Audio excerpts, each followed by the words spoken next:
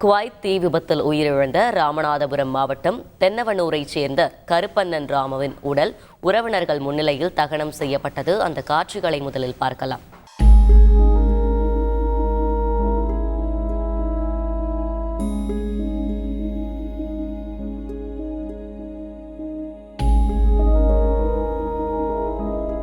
சோலைமுத்தன், வணக்கம். கூடுதல் விவரங்களை பதிவு செய்யலாம். வணக்கம். அதாவது குவைத் நாட்டில் உள்ள அடுக்குமாடி குடியிருப்பில் ஏற்பட்ட தீ விபத்தில் சிக்கி ராமநாதத்தை சேர்ந்த நபர் உயிரிழந்த சம்பவம் சோகத்தை ஏற்படுத்தியிருந்தது. இந்த நிலையில் அவரது உடலானது தற்பொழுது அவருடைய சொந்த ஊரில் அவர்களது சமுதாய முறைப்படி நல்லடக்கமானது செய்யப்பட்டிருக்கிறது.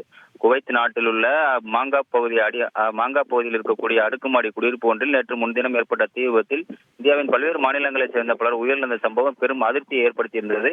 இந்த நிலையில தமிழகத்தைச் சேர்ந்த 7 பேரும் அந்த தீ விபத்தில் சிக்கிய சம்பவம் பெரும் சோகத்தை ஏற்படுத்தியிருந்தது. அதில் குறிப்பாக ராமநாதபுரம் பகுதியைச் சேர்ந்த நபரும் அந்த தீ விபத்தில் சிக்கி மூச்சுத்திணறல் ஏற்பட்டு உயிரிழந்தார். உயிரிழந்த நபர் ராமநாதபுரம் மாவட்டம் பரமக்குடி தாலுகாவுக்கு உட்பட்ட சத்திரப்படி அருகே இருக்கக்கூடிய தென்னவனூர் கிராமத்தைச் சேர்ந்த கருப்பண்ணன் ராமு என்பது கண்டறியப்பட்டது.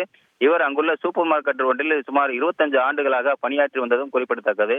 இந்த சம்பவம் ராமநாதபுரம் மாவட்டத்தில் பெரும் சோகத்தை ஏற்படுத்தியிருந்தது. பின்னர் அவரது உறவினர்கள் மற்றும் குடும்ப உறுப்பினர்கள் அவரது உடலை ராமநாதபுரம் கொண்டு வர கோரிக்கை வைத்திருந்தனர். அதன் அடிப்படையில் உடலானது நேற்று நள்ளிரவு சுமார் 12 மணி அளவில் தனி ஆம்புலன்ஸ் மூலம் அங்கு வந்திருந்தது. அதன் அடிப்படையில் மத்திய மாநில அரசுகளினுடைய ஏற்பாடுகளின் பேரில் தற்போது அவருடைய உடலானது அவருடைய கிராமத்திற்கு வந்திருந்தது.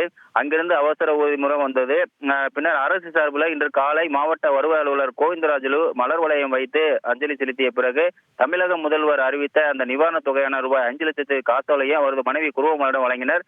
மேலும் அவரது உடல் தற்போது சமுதாய முறைப்படி அவர்கள் தென்னவனூர் உள்ள சுடுகாட்டில் தகனம் செய்யப்பட்டது குறிப்பிடத்தக்கது. பிழைப்பை தேடி வீட்டின் வறுமை காரணமாக வெளிநாட்டுக்கு சென்று பணியாற்றி அங்கு தீ விபத்தில் சிக்கிய சம்பவம் ராமநாதபுரம் மாவட்டத்தில் பெரும் சோகத்தை ஏற்படுத்தியிருக்கிறது.